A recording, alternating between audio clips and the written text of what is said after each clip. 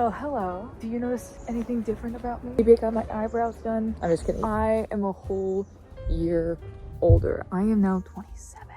Greetings from California. I am in Summit Park, and I'm going to share with you guys things I wish I knew in my early 20s, or just like things I learned along the way as I become 27.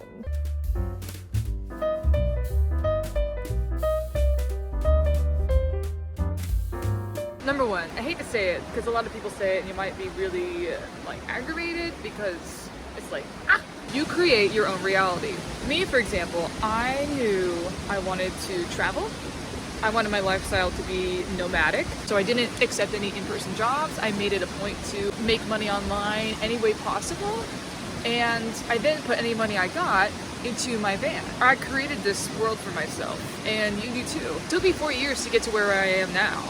That's not to say, you know, as soon as I knew what the reality I wanted to create, it didn't come to fruition. It takes time, my brothers. It's all in those small choices. Number two, identify who your frenemies are and who you're frenemy to, and just let them loose.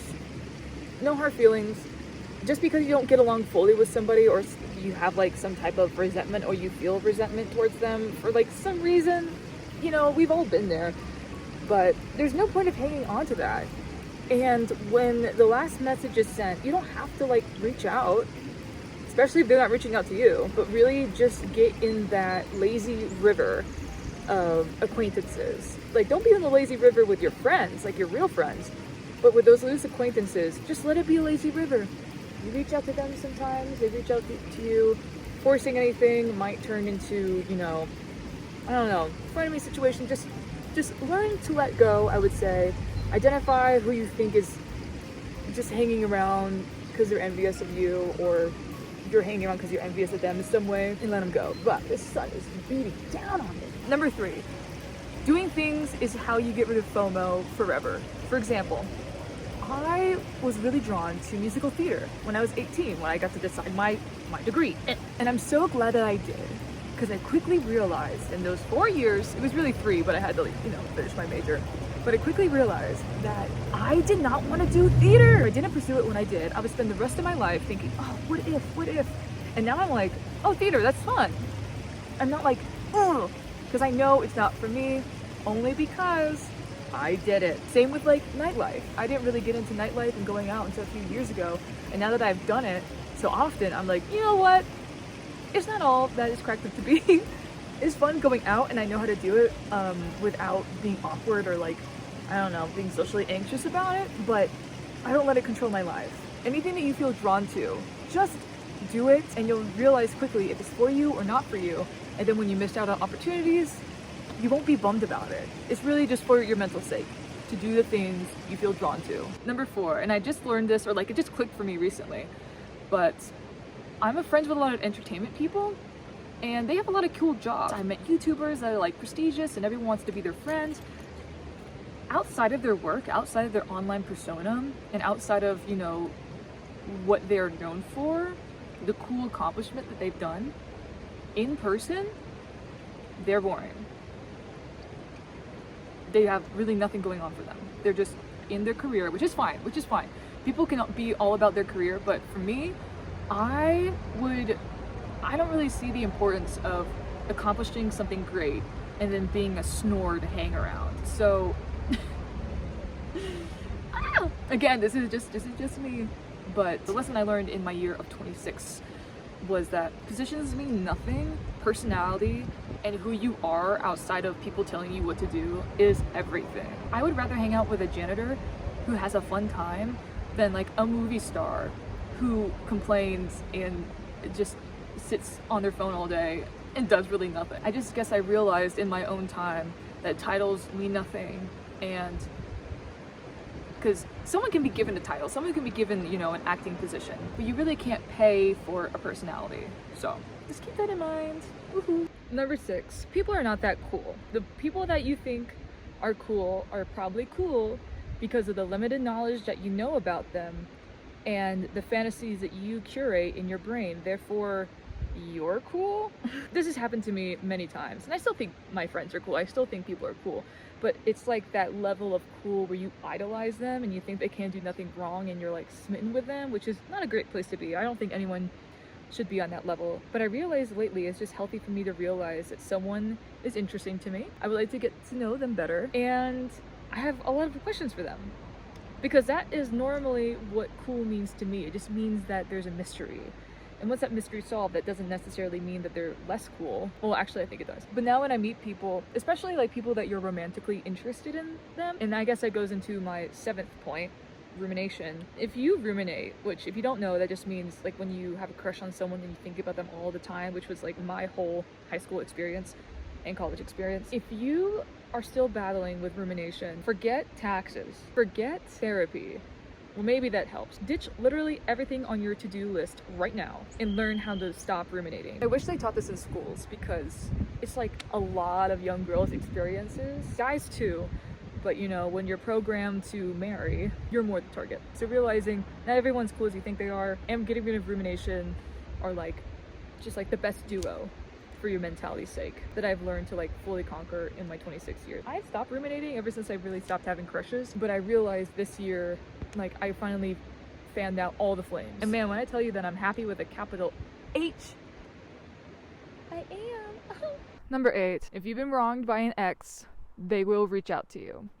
The exes always come back. Sometimes they come back after they're engaged and you're like, hey, probably don't talk to me. I would say take that time to say what you really want to say and then block them, because that's ridiculous. And honestly, when people from your past reach out to you again, it's kind of like the well has dried up in their sense, or maybe they're not happy with their current situation, i.e. who they're engaged with, which is really sad. Or they might genuinely just want to know how you're doing. Regardless, it's kind of like, So they do come back. Don't worry. If they haven't, give it a year. It's clockwork. The girlies were right. I should have listened. They're right around the corner. Just wait a second. I think this is number 9, but like, your mindset literally is magic. If you believe something, it comes true. Not automatically. You're not gonna see it tangibly. Everyone's like, well, if I just think about, shut up. You know what I'm talking about, because it's happened to you before and it's gonna happen again. If you believe, then no one cares about you. You're gonna act like it and therefore make people not care about you. If you believe that money is coming your way and you're a money magnet, sooner or later, that's gonna come. Every single time that I've really leaned into, you know, the positive side of life, more positive things have happened. And every single time that I have really focused on the negative aspects and things I didn't like about myself, it just amplifies it more. And there's so many case studies about this. I'm not gonna pull them all out just for you. You can Google it. You're on the internet right now. Mindset is literally everything. 2 last things I want to share with you guys. 1, do the thing now. Do it imperfectly, because that is how you build momentum. For example, YouTube. When I started doing photography. Like, what? But when I started documenting my van life journeys, that's when the views took off and I was like, okay, I could do this. I just wanted to make videos. I didn't care what it was. I could make videos about a whole lot of things. But one thing I'll probably never run out, because it's like so tied into my life, is van life. So it worked out fine. But there are so many other things that I have yet to do, and I keep putting off because I'm like, oh, not yet, not yet, not yet. And now that I'm sitting at 27, I'm like, dang, if I just went for it, I would have been much further than I am now. But I think in not doing it and realizing it this heavily is just like my story and my path and just the way it is for me. So just realizing it, and I wish I can go back in time and be like, ah. And the last thing is, people are making it up as they go. It's never that serious. Those are like maybe 3 points, but I think they go together, because I always thought there was, not always, but I kind of guessed that there was a right way to do things, and I was always doing it wrong. But it turns out just doing it is the right thing. Messing up is a part of every process. You cannot avoid it. Sooner or later, you're gonna screw up. And I'm afraid so much of rejection and failing, because it's just like, you know, it's happened and I've always taken it personally. But I realized in the last year, like, taking failure seriously or personally is silly and a waste of emotion. So I'm working on that, but people are making it up. So you might as well just do it your way. Like Frank Sinatra said, I did it my way, I'm gonna do it my way. And that's like the only right way to do it. There's so many times that I have like paused or like just not gone full throttle in something because I'm like, I need to make sure I have this in place. I need to make sure I have XYZ. No, figure out a way, do it. If you really want it, you'll find a way. other people have, you know, done more with less. So not perfect. People are making up as they go. They might seem like they know everything. They might seem like they figured it out and they're like, yes, I know this is the way to do it. Girl, you find some quiet time with them, they will open up to you and let you know. They're probably just as surprised as you are of how they made it. I hope you guys enjoyed this video. Thanks in advance for all the birthday wishes. Woo! I am so happy to be 27. 27 is like this magical year that I've been looking forward to for so long. I don't know why. I think because of the people I was looking up to at the time. They accomplished so much at 27. I'm not talking about the 27 Club. Love rock and rollers, but I also love living long. So right now I'm gonna go and celebrate with a friend here in California. His name is Kai. Hi Kai, we met in Lisbon and he's gonna make me this healthy cake. So I would just wanna say, if you're in your young 20s, or even older than me, as one of our founding fathers, Hannah Montana, once said, life is what you make it, so let's make it rock. Adios, muchachos.